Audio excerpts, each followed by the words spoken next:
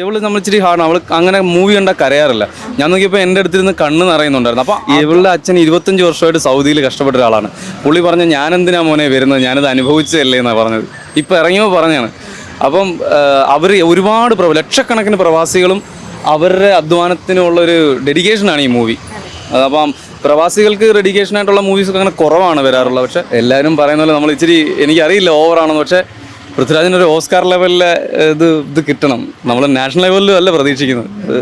അപ്പോൾ അത് അങ്ങനെ ആയിത്തീരട്ടെ എന്ന് ഞങ്ങൾ മനസ്സുകൊണ്ട് ആഗ്രഹിക്കുന്നു. നജീബ് എന്ന് പറയുന്നത് ഒരു മലയാളി അല്ലെങ്കിൽ ഒരു വ്യക്തി മാത്രമല്ല, ഒരു പ്രവാസികളുടെ പ്രതിനിധിയാണ്. അല്ലല്ല, ഫുള്ള് മലയാളികളുടെ, പ്രത്യേകിച്ച് മലയാളികളുടെ അല്ലെങ്കിൽ പ്രവാസ ജീവിതം ഏത് ലാംഗ്വേജ് ആയിക്കോട്ടെ, അതിന് ആഫ്രിക്കയിലുള്ളൊരു പ്രവാസി ആയിക്കോട്ടെ എന്ന് പറഞ്ഞാൽ സൗദിയിൽ വന്ന് വർക്ക് ചെയ്യുന്ന, അല്ലെങ്കിൽ മറ്റൊരു UAE വന്ന് വർക്ക് ചെയ്യുന്ന, അല്ലെങ്കിൽ കേരളത്തിൽ നിന്നുള്ള ആയിക്കോട്ടെ, എല്ലാ വേൾഡിലെയും പ്രവാസികളുടെ ഒരു പ്രതിനിധിയായിട്ടാണ് അതും ആ ഒരു സമയത്ത് പുള്ളി അനുഭവിച്ചത്. അത് നമുക്ക് സത്യം പറഞ്ഞാൽ സ്വപ്നം പോലും കാണാൻ പറ്റാത്ത ഒരു അവസ്ഥയാണ് അയാൾ കടന്നുപോയത്. അപ്പോൾ ആ വ്യക്തി ഇപ്പോഴും ഉണ്ടത് അതിൽ നമുക്ക് ഭയങ്കര അതിശയമാണ്. അതുപോലെ അതിനകത്ത് ബെന്യാമിൻ എഴുതി വെച്ചൊരു വരിയുണ്ട്, നമ്മൾ കാണാത്ത അല്ലെങ്കിൽ നമ്മൾ കേൾക്കാത്ത കഥകൾ നമുക്ക് വെറും കെട്ടുകഥകളാണ്. അതിൻ്റെ ദൃശ്യവിസ്മയം അല്ലെങ്കിൽ സ്റ്റില്ലൊക്കെ ഉണ്ടല്ലോ, ചില കിളികൾ പറന്നു പോകുന്ന കൂട്ടമായിട്ടൊക്കെ, അതൊക്കെ കാണുമ്പോൾ നമുക്കിങ്ങനെ രോമാഞ്ചം വരും. അത് സത്യം പറഞ്ഞാൽ അത് നമ്മൾ പ്രതീക്ഷിക്കുന്നുണ്ട് അത് എങ്ങനെയാണ്. അതുപോലെ അദ്ദേഹം പറഞ്ഞിട്ടുണ്ട്, പുസ്തകത്തിലില്ലാത്ത പല കാര്യങ്ങളും ഞാൻ ഇതിനകത്ത് ചിത്രീകരിച്ചിട്ടുണ്ടെന്ന്. ഓരോ സീൻസും നമ്മൾ ആ ഒരു ക്യാൻവാസിൽ, ഇപ്പോൾ ഞാൻ എന്തായാലും അമ്മയും കൂടെ കൊണ്ടുവരും. അപ്പോൾ പല വട്ടമായിട്ട് പലരുടെയും കൂടെ വന്നിട്ട് ഇത് ഓരോ സീൻസും ആസ്വദിക്കണമെന്ന് ഞാൻ ആഗ്രഹിക്കുന്നു. അതുകൊണ്ട് തന്നെ ഇത് മലയാളത്തിലൊരു ചരിത്രം തന്നെ ആവണമെന്ന് ഞാൻ ആഗ്രഹിക്കുന്നു. സ്റ്റോറി ഓൾറെഡി വായിച്ചു കഴിഞ്ഞു, എങ്ങനെ തോന്നുന്നു? അതിപ്പം ഒരു പിക്ടോറിയൽ റെപ്രസെൻറ്റേഷൻ ആണല്ലോ, വിഷ്വൽ ട്രീറ്റ് ആണല്ലോ, എന്ത് നമ്മൾ കണ്ണുകൊണ്ട് കാണുമ്പോഴത് കൂടുതൽ എഫക്റ്റീവ് ആവുന്നത്. അപ്പോൾ എന്തായാലും ഫസ്റ്റ് ഷോ കഥ അറിഞ്ഞുകൊണ്ട് ഒരു സിനിമ കാണാൻ വരുന്നു, അതെന്തായാലും ഒരു നല്ലൊരു ഇതാണ്. അല്ല, നമ്മൾ മഞ്ഞുമൽ ബോയ്സിലായാലും കഥ നമുക്കറിയാം, അതൊരു സർവൈവൽ സ്റ്റോറിയാണ്. പക്ഷേ അത് എങ്ങനെ അവർ നമ്മൾ മേക്ക് ചെയ്ത് കാണിക്കുന്നു, നോവൽ വായിച്ചപ്പോൾ എക്സ്പെക്ടേഷൻ ഉണ്ട്, പിന്നെ എത്ര ഡെഡിക്കേഷൻ ഉണ്ട്, അതെല്ലാം കൊണ്ടാണ് ഭയങ്കരമായിട്ട് കാത്തിരിക്കുമായിരുന്നു. ഒരു ഓസ്കാർ ലെവൽ ഓഫ് ആക്ടിങ് പൃഥ്വിയുടെ കയ്യിൽ നിന്ന് പ്രതീക്ഷിക്കാമോ?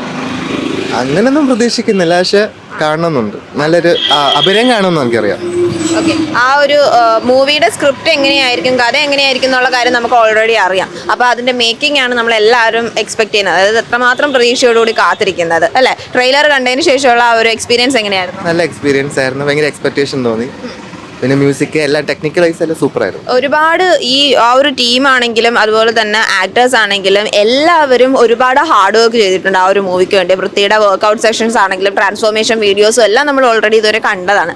അപ്പോൾ എങ്ങനെയാണ്, അതായത് ഒരു മലയാളി എന്ന നിലയിൽ മോളിവുഡ് മൂവീസൊക്കെ ഒരുപാട് ഇപ്പം കത്തിക്കേറിക്കൊണ്ടേയിരിക്കുകയാണ് മറ്റ് ഇൻഡസ്ട്രീസിനെയൊക്കെ വെച്ച് നോക്കുമ്പോഴത്തേക്കും. അപ്പം ഈ ഒരു മൂവിയും അതിൻ്റെ ആ ഒരു റേഞ്ചിലേക്ക് തന്നെ പോകുന്നുള്ള ഒരു ഉറപ്പ്, അങ്ങനെ ഒരു പ്രതീക്ഷയുണ്ടോ? ഒരു ക്വാളിറ്റി ഉണ്ടെന്ന് നമുക്കറിയാം. പൃഥ്വിയുടെ ട്രാൻസ്ഫോർമേഷൻ വീഡിയോസ് ഒക്കെ കണ്ടിരുന്നു.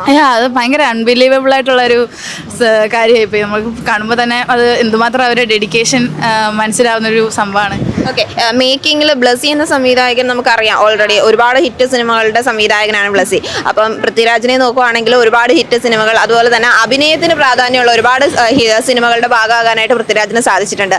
അപ്പോൾ ഒരു ലൈഫ് സ്റ്റോറിയുടെ ഭാഗമാവുകയാണ് ബ്ലസ്സിയും അതുപോലെ തന്നെ പൃഥ്വിരാജും. അപ്പോൾ എങ്ങനെ നോക്കി കാണുന്നു ഈ ഒരു കോംബോ? ഭയങ്കര എക്സ്പെക്ടേഷൻസ് അവരുടെ കൈയാണ്. കാരണം ബ്ലസ്സി എന്ന് പറഞ്ഞ ഡയറക്ടറും പിന്നെ പൃഥ്വിരാജ് എന്ന് പറഞ്ഞ ആക്ടറോട് ഒരുമിച്ച് വരുമ്പം ഭയങ്കര എക്സ്പെക്ടേഷൻസ് ആണ്. മറ്റേ പ്രണയവും അങ്ങനെയുള്ള സിനിമകളൊക്കെ ഉണ്ടല്ലോ, അപ്പോൾ ബ്ലസ്സി ആ ഒരു ടൈപ്പ് സിനിമകൾ എടുക്കുന്ന ഒരാളാണ്. അപ്പോൾ ആ ഒരു പ്രതീക്ഷ നമുക്കുണ്ട്, പൃഥ്വിരാജിലും ആ ഒരു പ്രതീക്ഷയുണ്ട്, അതുകൊണ്ടാണ് കാണാൻ വന്നത്. ഞങ്ങൾ ബുക്ക് വായിച്ചതാണ്, so we know the story but then still looking forward to the graphics. പിന്നെ പൃഥ്വിരാജിൻ്റെ ഈ ഡെഡിക്കേഷൻ, ഹോൾ ടീമിൻ്റെ ഡെഡിക്കേഷനും എല്ലാം കാണാനൊരു വെയിറ്റിംഗ് ആണ്. നമ്മൾ ഇതിന്റെ ട്രെയിലറൊക്കെ കണ്ടായിരുന്നോ? കുറച്ചൊക്കെ കണ്ടിട്ടുണ്ട്. ഓക്കെ, ആരാണ് ഇങ്ങോട്ടേക്ക് വരാനും വേണ്ടി സിനിമ കണ്ടേ പറ്റത്തോളം നിർബന്ധിച്ചതാരാണ്? മോനും മോളുവാ. അവർക്ക് മൂവിന്റെ ആ ഒരു സ്റ്റോറിയും കാര്യങ്ങളൊക്കെ അറിയാം. എല്ലാം അറിയാം.